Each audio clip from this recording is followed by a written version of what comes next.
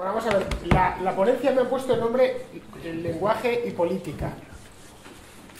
Lo cual está bien, porque básicamente cuando hablas de lenguaje y política, lo que estás hablando es de la lengua del poder, que es... no quiero haber escrito algo sobre ello en más de una ocasión, ¿no?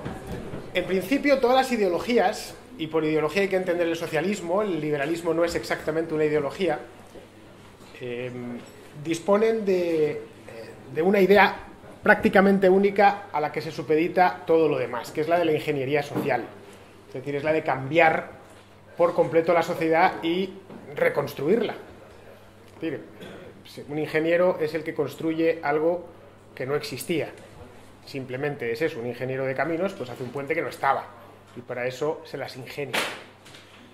El socialismo es la ingeniería social por antonomasia, pero no es la única, ojo, no es la única ideología, es la ideología, la gran ideología, la ideología con I mayúscula, y por lo tanto es ingenieril y constructivista.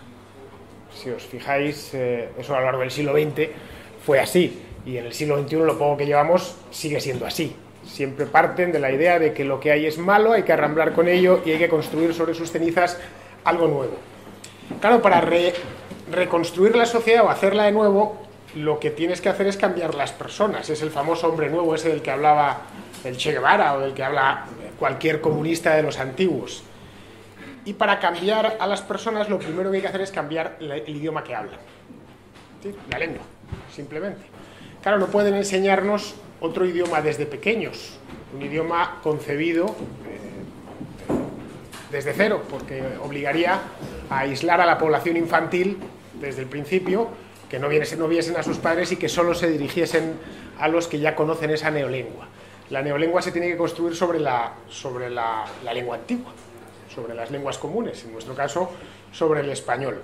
La función del politiqués es esa misma, es la de crear una lengua nueva, un nuevo lenguaje, un nuevo idioma, que vaya, que esté concebido por el poder para garantizarse la sumisión. El politiqués es, por decirlo de algún modo, es algo así como la neolengua precursora. Si tuviéramos que hacer poner un ejemplo, diríamos que el politiqués de hoy es el español de mañana, o el francés de mañana, porque es que el politiqués en francés se dirá politiquois. Existe en todos los países, no es una cosa exclusivamente nuestra. No penséis que, de hecho, la palabra neolengua se la inventa Orwell aplicada al inglés, lo llamaba el double speak, el doble hablar, ¿no? Que era un complemento inseparable del doble pensar. Mire, esto es un hallazgo que no es de ahora. Es más, los propios socialistas denuncian continuamente al capitalismo de emplear la neolengua. Hace no mucho tiempo, si buscáis de hecho neolengua en Google, veréis que gran parte de los artículos que hablan de neolengua hablan de la neolengua del capitalismo, que supuestamente según ellos es una neolengua centralizada. En el fondo lo que están denunciando son los excesos del politiqués como lengua precursora, que ellos consideran que el capitalismo tiene voluntad propia. La idea del politiqués es, en principio, acuñar términos nuevos que suenen mejor. Ya está. Por ejemplo, voy a poner un ejemplo clarísimo, que, bueno, no sé, vosotros sois demasiado jóvenes, los que tengáis más de 30 años o más de 40 lo recordaréis. Hay una palabra en español que es discapacitado, en perroflautés, discapacitado, que se emplea de manera común y corriente cuando alguien es discapacitado, pero cuando yo era niño se decía paralítico. Hoy, en cambio, decir paralítico es ofensivo, a pesar de que yo creo que no tiene ninguna carga ofensiva. Cuando veías un paralítico en la calle lo decías, pues el señor está paralítico. Hoy, en cambio, decir paralítico es ganarte, no voy a decir la muerte civil, pero sí una censura de los que te escuchan. Tienes que decir discapacitado y muy probablemente dentro de 20 años decir discapacitado sea políticamente incorrecto, porque tiene las mismas capacidades.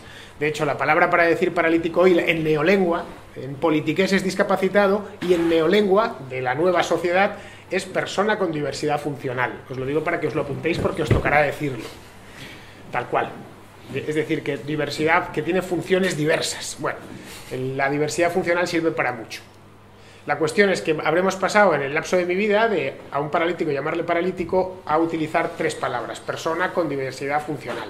Si os fijáis, la neolengua va contra la economía del lenguaje, va contra el sentido común, pero eso no importa, porque tú la adquieres para que suene mejor y para obtener la aprobación de los demás, o por lo menos del poderoso. Como todos queremos o todos quieren estar a bien con el poder, pues, bueno, lo que os pasaría ahora mismo si dijeseis paralítico en la mayor parte de ambientes. No es paralítico, ese señor no está parado, mira cómo se mueve con la silla, ¿no? Lo que más tememos es lo que piensen los demás de nosotros, y ahí la neolengua es extremadamente útil. Por eso, y el poder lo sabe, es consciente de eso. Si yo creo una serie de palabras tabús o palabras policía, que la gente el hablante común y corriente se avergüence de emplearlas, porque se considere que ha hecho merma en sí mismo, pues va a utilizar la palabra que yo le indique. Y esa es la razón de la existencia de la lengua política. Si os fijáis, os he dicho la discapacitado, pero hay muchísimas más. Generalmente son todas largas. Hay una forma que es poner en valor, que en España hace 20 años no la decía nadie. Hoy en cambio se utiliza para todo. Hay que poner en valor tal cosa. Que poner en valor es dar importancia. No significa más que eso, pero si empezaron a decirlo los políticos, o luego pasa a los tertulianos, a los periodistas, un día te lo dice tu madre y dices, ya estamos jodidos, y ahora tengo que decir poner en valor para cualquier tontería. Estos términos nuevos son curiosos porque, si os fijáis, algunos los hemos asumido ya se han filtrado. Llevamos de politiqués moderno. Hubo politiqués en el franquismo también, no nos engañemos. Claro, es que ese politiqués quedó acabado, cerrado, y se empezó en el año 77-78 a crear un politiqués nuevo. De hecho, estamos ahora mismo en un momento en el que el politiqués de la transición o del régimen está dándose por antiguo, y estamos creando un politiqués nuevo, que sería pues el errejonita.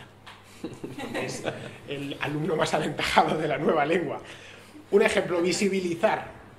Visibilizar simplemente es hacer visible, mostrar algo. Yo os voy a visibilizar la grabadora. Estoy enseñando la grabadora. La palabra visibilizar o el verbo visibilizar se utiliza para todo. Hay que visibilizar los problemas de no sé qué. Hay que visibilizar los complejos de tal. Hay que visibilizar esto, visibilizar lo otro. ¿Cuántas veces habéis leído la palabra visibilizar en el último año? Son tantas que ni os acordáis. Se me ocurre otra, por ejemplo, empoderar. Empoderar, clarísima. Aunque esa es de nuevo politiqués, y por cierto está cogida del inglés, tanto que Students for Liberty la está utilizando aquí en este cartelito. Empowering no sé qué pone ahí. Es para cortarles las pelotas a los tíos que la pusieron, porque están utilizando la lengua del enemigo. Eso de empoderar. Es feísima además la palabra, ¿no? Sí. Otra, por ejemplo, sería otra que yo no sé todavía lo que significa, que es gobernanza. La primera vez que se la oí fue en 2008 a Zapatero, y todavía no he tenido, no sé qué significa. Y lo he ido a buscar en el diccionario, pero tampoco me deja claro, pues son definiciones larguísimas. Gobernanza es, o vendría a ser, por lo que yo entiendo, que cualquier cosa que haga un político es cojonuda. Es gobernanza. Estamos hablando de asuntos de gobernanza. Gobernanza general, al extremo que se lo lleva a las empresas, y ahora se habla de gobernanza corporativa. ¿Qué gobernanza corporativa? Que no trates mal a los empleados, eso es una obviedad. Bueno, pues lo llaman gobernanza. Os digo que esas son palabras creadas ya y que tienen curso normal y que se utilizan en nuestro día a día. Lo que digo de visibilizar, lo habéis leído tantas veces en el último año, lo habéis oído tanto que no podéis contarlas. Si lo hubierais oído una vez, os acordaríais. Sí, coño, claro, fue aquel capullo que me dijo eso de visibilizar que me llamó la atención, porque lo oísteis una vez, pero no, lo oís muchas veces, luego son palabras de uso bastante corriente. Así, de una manera general, podemos decir que a estas alturas nos encontramos en este momento preciso, no solo en España, sino también en todo Occidente, en un momento álgido de la guerra de palabras que lleva sosteniendo la humanidad desde sus orígenes, por lo menos desde que existen las palabras. Por eso estos temas despiertan interés. Estamos creando una nueva lengua, bueno, se está creando una nueva lengua, de que nos sorprendamos esto de empoderar, por ejemplo. En prácticamente todos los ámbitos de la vida se han creado palabras nuevas o formas nuevas. Hace no mucho tiempo leí que al recreo lo quieren llamar segmento de ocio. Esto es tal cual. Vimos el otro día la guía de semana y media, lo quería llevar en la podenoticia del podcast, pero se me olvidó. La guía de lenguaje no sexista, creo que era, o algo así, de la Junta de Andalucía. Era absurda por donde la cogieses. No puedes decir alumnos, tienes que decir alumnas y alumnos, y cosas por el estilo. Bueno, un día esto os lo llevaré en el podcast y me cachondearé un poco de ella. Decía Hobbes, no sé si habéis leído el Leviatán, si no lo habéis leído no lo leáis porque es un coñazo, y podéis encontrar por ahí las citas. Los libros de filosofía en sí son aburridísimos. Él decía que uno de los cometidos del Leviatán, el Leviatán, ese personaje que es el central en el libro de Hobbes, el Leviatán, uno de sus cometidos era definir el significado preciso de las palabras. Esto Hobbes lo decía en el siglo XVII. Para que os hagáis una idea que no es de ahora, es de siempre. Lo único que ahora las palabras circulan a mucha más velocidad. Si tú quieres que alguien diga empoderar, te cuesta 1 año y medio. Hasta que te aparecen aquí y te ponen lo de empoderar. ¿Vale? Y hasta que pasa a la lengua común. Y hasta que un buen día te va a venir tu hijo y te va a decir: papá, yo es que lo que quiero es empoderarme. Y me parece que a mí me va a tocar padecerlo. Eso que se ha librado mi padre. Bien, en España el politiqués nuevo lo crea Zapatero, o se crea en los tiempos de Zapatero. Esos los que tenemos edad nos acordaremos cuando empezamos a oír ciertas palabrejas que no habíamos oído nunca y que hacíamos mucha coña de ellas. Bueno, son palabras de uso común hoy, por más que nos pese. Tan de uso común que las utilizamos muchas veces sin querer, porque la lengua tiene una capacidad de filtrarse en nuestra mente que es acojonante. Mira, hablamos,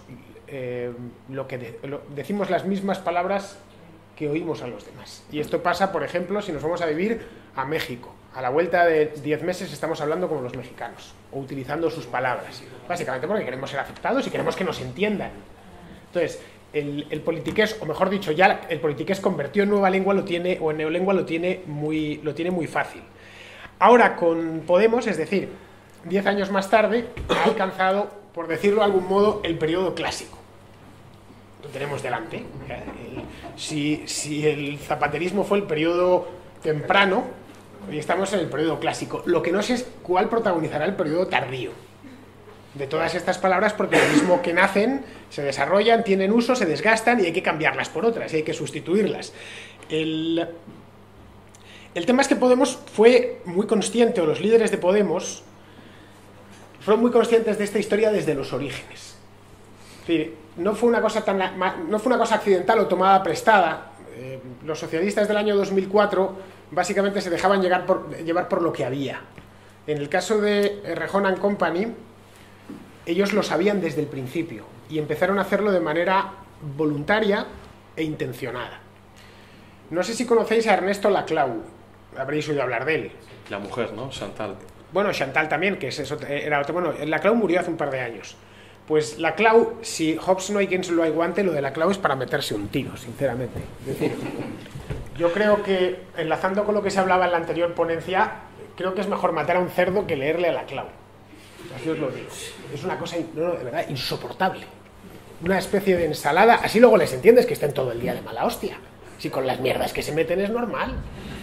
Claro, les veis esa cara de preocupados que tienen. No es que el podemita medio es un tío angustiado. Sí, pues siempre con las caras tan serias, tal, aquí.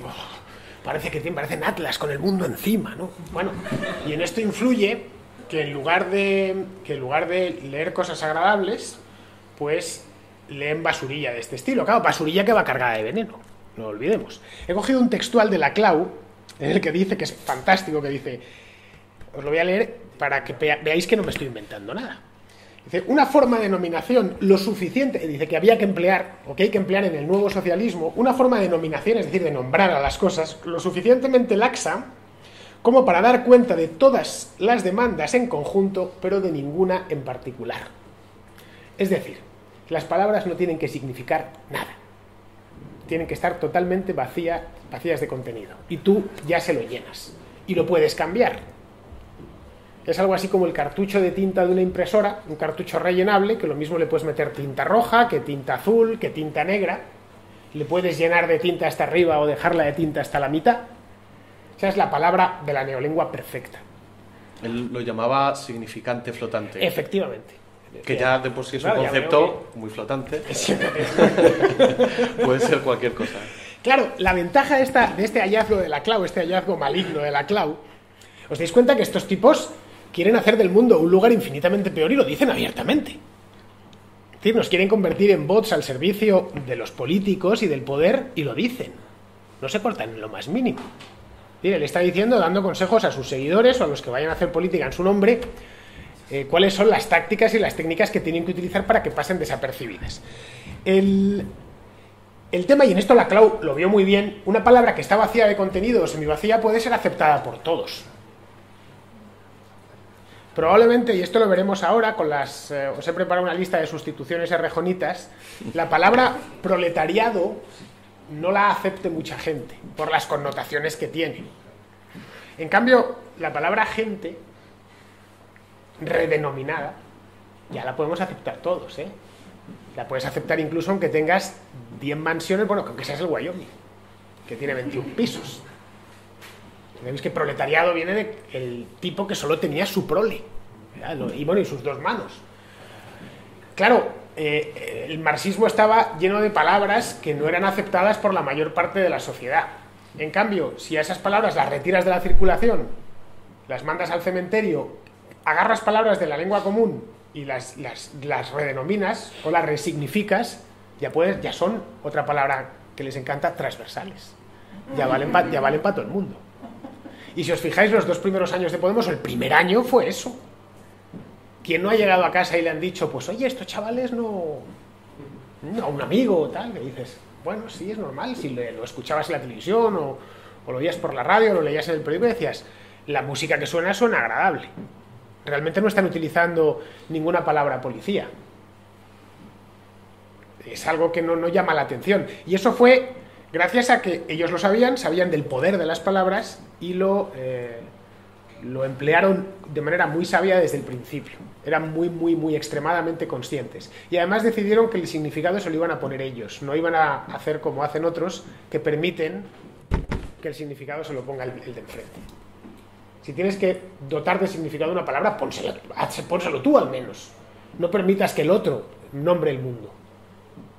No sé si me entendéis. Que eso es una cosa muy típica de los liberales. No sé si es por complejo o por estupidez o porque solo pensamos en cómo ha cerrado la bolsa. Y al final resulta que el tipo que nos quiere esclavizar nos está poniendo el nombre a las cosas. Y antes de que nos demos cuenta, pues resulta que el mundo se llama como se llama porque el cabrón que nos quiere quitar las acciones que nos preocupaban tanto ha decidido que la palabra acción es una palabra tremendamente negativa. Es más, que la palabra acción no tiene que existir. Y llegado un momento, si dispone del poder, puede hacerlo. ¿Os imagináis, no lo sé, a Miguel Urbán, el de Izquierda Anticapitalista, de presidente de la Comisión Nacional del Mercado de Valores? Podría llegar a serlo, ¿eh? Si llegara a serlo, podría ser nombrado de esa agencia reguladora. ¿Qué creéis que haría con el mercado de valores? Pensadlo. Por suerte creo que no hay ningún inversor aquí, porque si no se habrían empezado a mear ya. ¿No? ¿Qué creéis que haría? Probablemente cerrarlo o hacerlo tan imposible de trabajar en él que la Bolsa de Madrid se convertiría en una reliquia pleistocénica. Empezaría a meter problemas, regulaciones, tasas, tal. Y no habría manera de cotizar como pasó en la Bolsa de Estocolmo, que prácticamente cierra en los años 80. Porque cayó un tío de estos a regular el mercado sueco. Se fueron todas las empresas a cotizar a Londres. Les metió una tasa a Tobin, un no sé qué.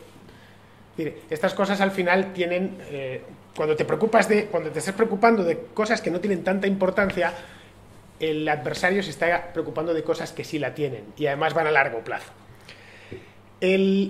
Hablaba de Rejón porque este hombre tiene una habilidad pasmosa para inventar y hacer traslaciones semánticas. Es el puto maestro de las palabras. Y os lo digo que le he tenido delante, que sé lo que me digo. Yo creo que es el mejor dotado de todo aquel partido y en general hoy por hoy de la izquierda española, para emplear la lengua siempre en su beneficio. Y además, como lo dice con esa seguridad y ese aplomo, los periodistas, que suelen estar por lo general acomplejados de los políticos cuando debería ser al revés, en un país que nunca ha tenido en gran estima la libertad de prensa, el periodista siempre se ha sentido deudo del político y se considera que está por debajo. Esto no pasa, por ejemplo, en los Estados Unidos, donde un periodista moralmente se considera por encima.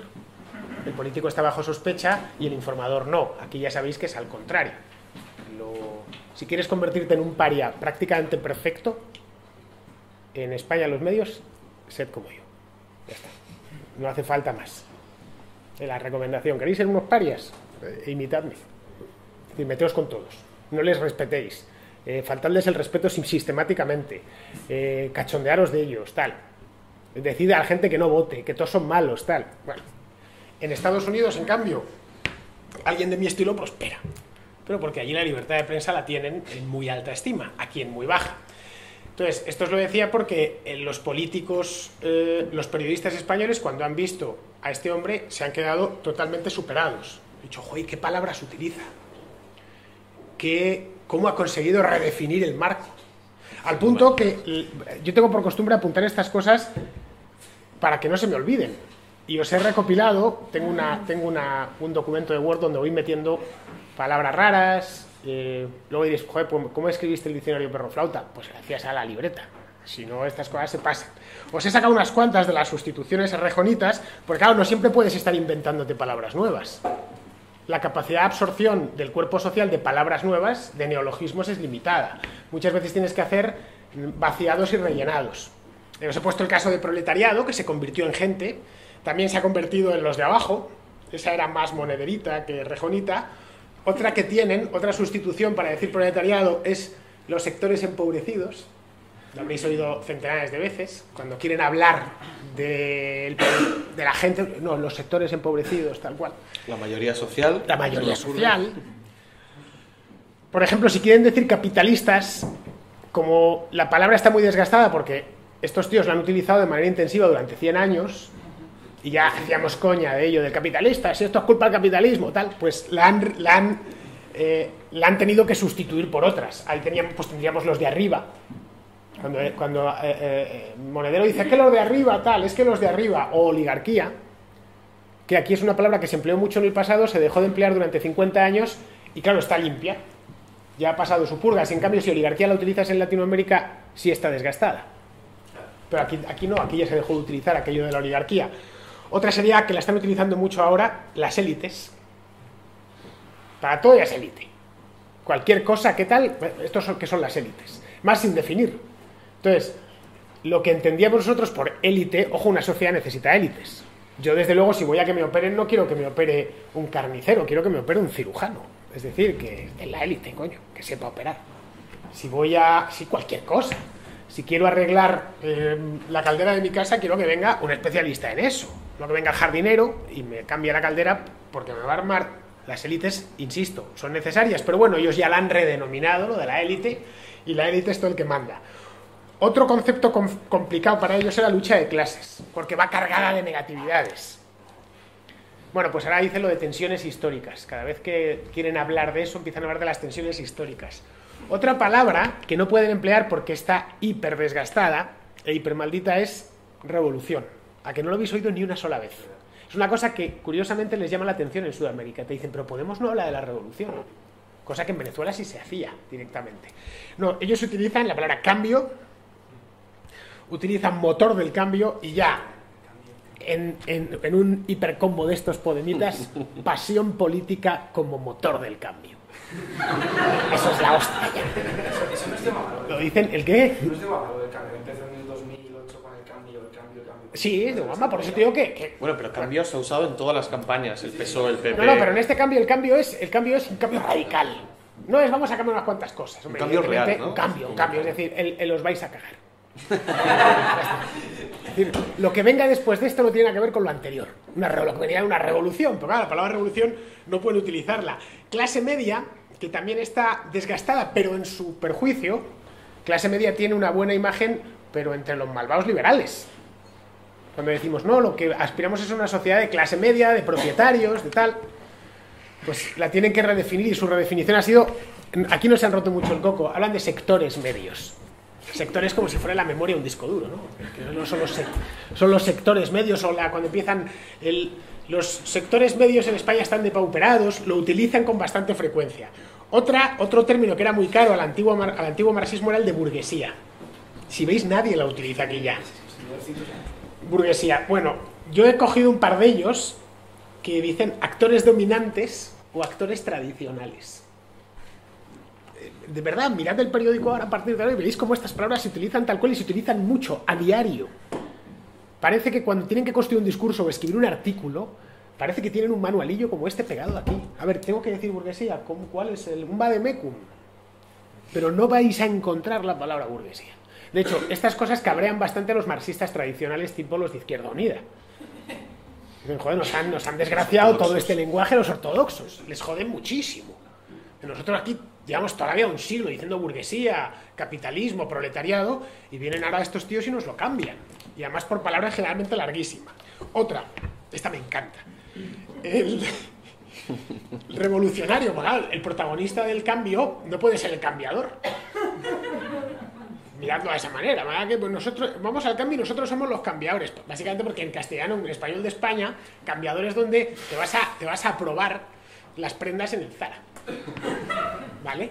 Entonces, tendrían que vaciar eso de significado y llenarle un cambiador, aparte tampoco suena muy bien. Entonces, esto anduve buscándolo, si en la revolución es el cambio, ¿cuál es el revolucionario? Pues el revolucionario he encontrado dos. Uno es el tradicional movimientos sociales, que es un clásico, inmortal por cierto, y el otro es, que este es nuevo, se llaman minorías ruidosas.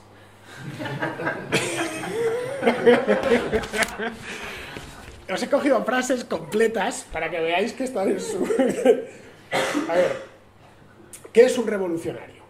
Un revolucionario, esta frase es real, ha sido pronunciada, esta frase ha sido pronunciada y no se ha estremecido el infierno, que dice literalmente, los revolucionarios, es decir, los que están a favor de ellos, son sectores empobrecidos por la gestión regresiva y oligárquica de la crisis. Esto es real, esto se ha dicho, es decir, los revolucionarios. Otra fue gente que recobra la ilusión por lo común. Otra más, gentes, eso es muy de tío Manolo, de la gente esa, gentes que celebran juntas y se proponen metas compartidas.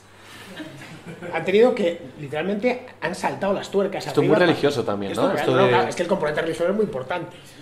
Otra, lo que están proponiendo, si os fijáis, ahora en los pactos, llevan 3 meses haciendo contorsiones para no decir las dos palabras Frente Popular, que es lo que ellos están diciendo, ¿no? Queremos gobernar con el PSOE, con los de En Común no sé qué, con el Compromís, con todo el perro flauterío. Pero no pueden decirlo así. No pueden decir, vamos a montar un Frente Popular, que es lo que se llamaba en los años 30, se llamaba con tanto orgullo que lo llamaban así, vota al Frente Popular. Bueno, pues ellos no pueden decirlo porque saben que Frente Popular, por lo menos en España, es dos palabras cargadas de negatividad. Hostia, después de que ganó el Frente Popular, aquí hubo 3 años de guerra. Por mucho que digan, no, pero la guerra fue culpa de Franco, sí, lo que quieras, pero no deja de ser que fue un precedente de la guerra. Y no tiene una imagen muy buena. Entonces, para lo del Frente Popular, es donde han encontrado, es a lo que aplican siempre la palabra transversal. Cualquier iniciativa transversal significa transversal para ellos. Decir, no, estamos hablando de una iniciativa transversal, de lo común, de tal, Frente Popular. Y si se lo dices a la cara, si son un medianamente listos, saben que les has pillado. Es más, si tenéis, como estáis en la universidad y andáis, es decir, que vagueáis todo el día y tenéis oportunidad de discutir, es lo que hacía yo en la universidad, vaguear, no sirve para otra cosa, no nos engañemos. Y tenéis oportunidad de discutir y os empiezan a soltar palabrejas de estas, decídselo. Es decir, levantarles el velo. Sin miedo, no pasa nada. Si a fin de cuentas los que están dando patadas a la lengua son ellos, no nosotros. Yo procuro utilizar las palabras con el significado que tienen, no con el significado que me gustaría que tuviesen. Es decir, no sé si habéis escuchado a Huerta de Soto en esas clases que le grabé yo hace años, que cuando dice que cómo debemos llamar al capitalismo. Joder, capitalismo. Ya está. Porque vamos a buscarnos eufemismos. Primero porque el capitalismo reúne, desde el punto de vista teórico y de comprensión general, la lengua está para entenderse. Reúne lo principal. Significa que es un sistema basado en el capital como centro. Y luego además la gente lo entiende así. Que lo han cargado de negatividad, lo que tú quieras, bueno, pues nuestro trabajo es quitarle todos esos elementos negativos. Ayn Rand, por ejemplo, cuando habla del capitalismo, el ideal desconocido, tampoco se rinde. Os lo digo porque yo, desde que tengo recuerdo siempre de, no podemos utilizar la palabra capitalismo, sino hay que decir libre mercado. Sí, pero el libre mercado es como demasiado economicista. Sí, claro, bueno, el libre mercado forma parte del capitalismo. Otro de los temas que trae la neolengua implícita, que ya estaba en el zapaterismo, en esa fase precursora, es la emotividad. Es decir, el lagrimeo. Hay un libro cojonudo de Santiago González, el periodista del Mundo, el columnista, bueno, es mi columnista favorito, que se llama Lágrimas socialdemócratas. Es un libro de ahora 4 o 5 años. Santiago escribe como Los Ángeles, entonces da gloria leerlo. A diferencia del libro ese de Hobbes y los de la Clau, no los leáis, pero el de Santiago González tenéis que leerlo. Bueno, que él habla del desparrame sentimental del zapaterismo. Lo que no se imaginaba Santiago González era lo que iba a venir después. Si aquello fue un desparrame, esto es una licuefacción. Y lo hemos visto, no sé, yo lo he llamado, o lo he denominado la cursilería descamisada. Porque han llegado a unos extremos de cursilismo y de afectación que a mí me hubieran parecido imposibles hace solo 5 años. Ya me hubieran parecido excesivos. Hubiera pensado que la gente no los hubiese aceptado. Pero los acepta y encantados. Y es más, esta cursilería se ha traspasado a otros partidos. Por suerte, con no mucha fortuna, es decir, porque no están tan dispuestos a ese desparrame sentimental, pero se está traspasando. Esto Chantal Mouffe, la mujer de la Clau, decía que, este es textual, decía que había que promocionar el papel crucial de los afectos en la construcción de las identidades políticas. Yanela, te estoy viendo venir. Ya sé que de los afectos os suena a Calisto el perro flauta, que los afectos... Si habéis visto, es un vídeo que tengo colgado, que sale un tío ahí diciendo que lo importante que él tiene una renta básica porque es que los afectos a alguien se los tiene que pagar, ¿no? Bueno, la idea esa de los oye, vosotros. Joder, Calisto el perro flauta, hablando neolengua pura, ese vídeo es del año 2004. 2004. Un precursor, ¿no? Básicamente. No. Este tío era poco menos que un profeta. Sí. Calisto el perro flauta, natural de Málaga, era un profeta, porque está hablando en 2004 la lengua de uso común en 2016. Pero yo en Málaga le ponía una calle. Eso te lo digo. Espérate que no lo valoren. Bueno, otra frase respecto a esto de los afectos y la cosa esta del lloriqueo, esta es de Monedero. Esta se la cogí de una entrevista. En la que Monedero tiene muchas, de hecho. Monedero tiene muchísimas, es un muy... artista. Sí. Dice, una de las cosas más hermosas que ha logrado Podemos es que la gente ha vuelto a llorar en los mítines. Claro, yo no he ido a mítines a cubrirlos profesionalmente, pero nunca he ido a un mítin voluntariamente. Y si yo voy a un mítin, pongamos a los 22 años y vuelvo a casa y le digo, vuelvo envuelto en lágrimas, me diría mi madre, me dijo, ¿te han pegado? Claro. Te vas al mitin allí y vuelves llorando, ¿no? Es más, asociamos las lágrimas normalmente pues a emociones fuertes o a que nos han fosteado, nada más. O a que pues, te hace llorar tu novio, o lloras porque se te ha muerto un ser querido, pero llorar porque un político te hable de, no lo sé, de que hay que subirle los impuestos a los ricos, ¿es verdad? O de que hay que nacionalizar la banca. Claro, si luego nos vamos, lloráis, ¿por qué? Por esto, por cosas tan prosaicas. Si vamos al planteamiento de la nueva izquierda, no se me ocurre cosa más materialista y más ayuna de épica. Pero en cambio la gente efectivamente lloraba en los mítines, no muchos, Monedero también exagerado. Pero sí el emocionaje ese, dándose besos, tal, bueno. El pacto del beso, ¿no? Querían llamar ahora al acuerdo. Lo de somos una fábrica de amor.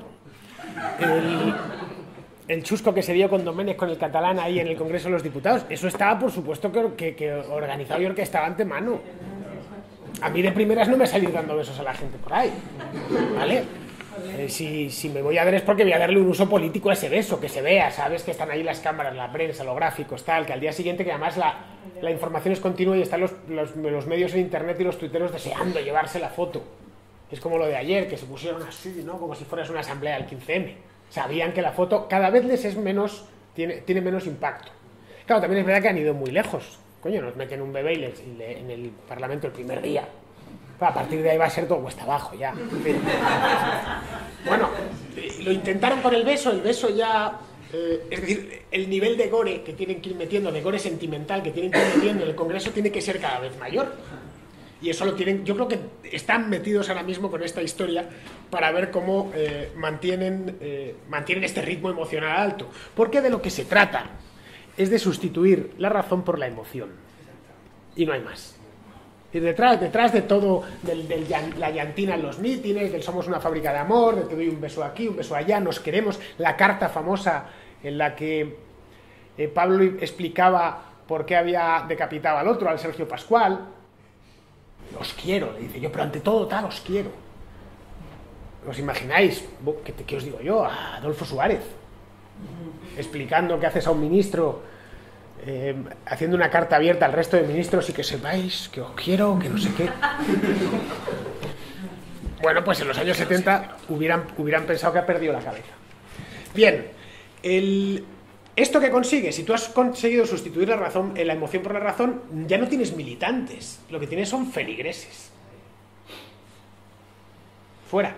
Y a los feligreses se los convence a través de las palabras de salvación, salvíficas. Y los ritos también, ¿no? Claro, sí, bueno, y todo el ritual. No sé si has visto el vídeo ese que están todos como en un descampado, en un círculo, todos abrazados y diciendo sí se puede, elevando el tono hasta que al final parece que va a bajar Pablo Iglesias.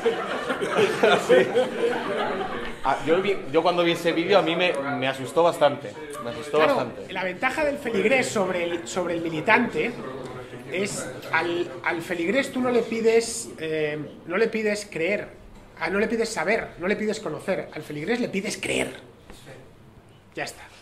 No me preguntes por qué. Vamos a gastar en esta legislatura 96.000 millones de euros. Disculpa, Pablo, ¿y de dónde los vas a sacar? No, esto no viene al caso. Tú tienes que creerlo. Es un poco lo que hemos visto en Venezuela, que es bueno, en Venezuela hay una neolengua oficial ya, porque esas palabras son oficiales. Y si un periodista se las salta, si pone la palabra maldita, por ejemplo, inflación en el periódico, te meten un proceso, te meten un juicio, ¿eh? Esto no es broma, sí, literal. No puedes hablarla, ni decir la palabra. El año pasado en Guatemala vinieron dos venezolanos que han escrito, vinieron a Marro, que habían escrito un libro que se llamaba La neolengua del poder en Venezuela. Creo que está disponible, el año pasado todavía no estaba en Kindle, pero ya está disponible en Kindle. Es un librito, así que es una delicia, de cómo en un país normal y corriente, donde se hablaba español normal, el de allí, han conseguido crear un español paralelo, que hoy ya es de curso obligatorio y de curso forzoso, porque ya se ha impregnado en las leyes, en todo. Un poco lo que quieren imponer o que quieren imponer la Junta de Andalucía, de que no puedas decir alumno solo, que tengas que utilizar alumnas y alumnos y cosas así. Es que cuando todo esto ya pasa directamente a la legislación, se convierte en legislación vigente. Y ya sí que no puedes hablar como quieras, ya te expones a un castigo. Bueno, ya voy a terminar porque me quedan 7 minutos. Os he preparado un pequeño diccionario poemita para que lo veáis venir, que son cosas reales que han sido pronunciadas en algún momento, cuando no en muchos momentos. Por ejemplo, un poemita, cuando le sucede algo a ellos, no se les imputa. La imputación es una palabra negativa que solo afecta al contrario. Ellos utilizan dos variedades para decir que les han imputado: que están envueltos en un proceso burocrático o que están envueltos en un proceso administrativo. Como si se fuesen a renovar el pasaporte, vamos. Lo que le pasó a Bódalo, por ejemplo, estaba envuelto en un proceso administrativo. Te vaya la policía a prender a casa y te esposa y tal y cual. Otra, el nepotismo, del que están abusando de una manera exagerada en los últimos meses. Esto es real, esto fue pronunciado, ya que era un simple procedimiento que no comporta dinero público sustraído ni genera perjudicados. Esto fue dicho en el Ayuntamiento de Madrid. Sí, termino ya. La opacidad, ¿os acordáis que hablaban siempre de que la vieja política era opaca? Bueno, ellos no son opacos, ellos son confidenciales. Si tiene una reunión cualquiera de ellos en el reservado un restaurante caro, por supuesto, con otro político, no es una reunión opaca, ni hay opacidad ninguna, hay confidencialidad. ¿Y cómo no van a tener derecho a la confidencialidad? Si eso mismo lo hace el otro, por supuesto, hay opacidad. Otra que es muy, muy buena es la de escrache, o boicotear a la gente, es decir, acosar, lo que es una cosa, por cierto, se les daba bastante bien. Bueno, el acoso al que no piensa como tú, puede ser, si lo hacen ellos, ¿entiende? Esto es solo aplicable a ellos, o a los que están dentro de esto. En neolengua sería empoderamiento ciudadano, sería democracia 2.0, esto es real, o sería simplemente miedo cambiando de bando. O el jarabe democrático en los de abajo. O jarabe democrático de los de abajo, efectivamente. Que es, claro, la palabra político está llena de mierda, con toda la lógica, porque ser político es ser un servidor del maligno. Eso lo sabemos todos, especialmente los liberales. Pero ellos además habían llenado la palabra político de significados muy malos. Entonces, claro, no pueden ser políticos. ¿Qué son cuando se les pregunta? Servidores de la ciudadanía. Bueno, activistas sociales con vocaciones de servicio público. Ojito al parche. Cuando les criticas, tú no estás haciendo una crítica o expresando una disensión. Estás practicando el discurso del miedo. Es decir, cada vez que hay una crítica, no, es que este tío está practicando el discurso del miedo. Oye, que simplemente he dicho que habéis dado un contrato mal dado en no sé dónde. O que este tío va a la cárcel porque ha fosteado a un concejal de la oposición. No, es que está practicando el discurso del miedo. Y ya termino. Cuando alguien les alaba, el que sea, es simplemente la voluntad democrática del pueblo libremente expresada. Bueno, y con esto ya termino porque se nos acaba el tiempo. No sé si da tiempo a alguna pregunta. Podemos hacer una y, por favor, muy corta. Una, muy a ver. corta. Bueno, una cosa que se me ha olvidado es refutar especialmente los privilegiados y las élites extractivas y cargos de justicia social. Élite extractiva ya existía, esa no se la inventó él, ¿eh? He puesto ¿no? errejonismos puros. Nada, que me digas tu opinión acerca de si tú crees que la gente también los ve, o si yo llevo siguiendo mucho tiempo los programas televisivos, ¿no? Los políticos, y sobre todo en la época de elecciones y ahora durante que Albert Rivera utiliza nosotros hacemos política, no politiqueo, el otro el gobierno de progresismo y reformismo, y el otro los lleva los trabajos, y la gente, a ver, supongo que sí, pero la gente se da cuenta de que están utilizando esto como mantras y que van y dicen eso solo y les da igual lo que le pregunte, le puedes preguntar 8.000 mierdas, te van a responder lo mismo, es como automático. Yo creo personalmente que la mayor parte de la gente no les termina de colar, porque más se han pasado, han metido una sobredosis. De ahí que estemos hablándolo. Si hubieran sido un poquitín más moderaditos, no lo hubiéramos advertido. Pero esto es como si a un cuerpo sano, o medio sano, le enchufas 2 inyecciones seguidas. Pues, al final se da cuenta de que le has pinchado. Pero bueno, oye, que terminamos ya, que me dicen que no hay más tiempo. Gracias por venir, gracias Fernando.